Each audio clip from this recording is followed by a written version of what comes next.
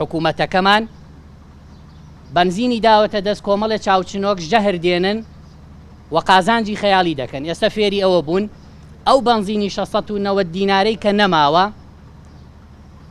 لە بەغدا و لە جنوبەوە لە پارێزگاکانی ناوەڕاست و خواروەوە شەوانە بەڕێکەوتن لەگەڵ بازگەکانی هەرێمی کوردستان و عێراق ئەو بنزینی 690 دیناریە بە نرخێکی کەمترە کڕن داخڵی سلێمانی و هەولێریەکەن لیتریەدەن بە 1200 دینار بە خەڵک.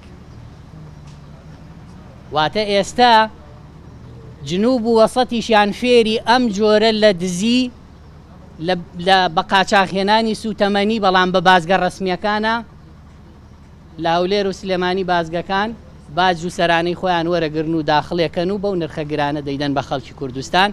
بەشێکی تر لە تورکیا و لە ئێران لە مەرزەکانەوە ئەو مادە تێکەڵکراوی و ژەهراوی و نەفتا و سوتەمەنیە دێنن بە ناوی بنزینەوە هیچ کۆنتڕۆڵێکی لەسەر نییە و دەیفرۆشن.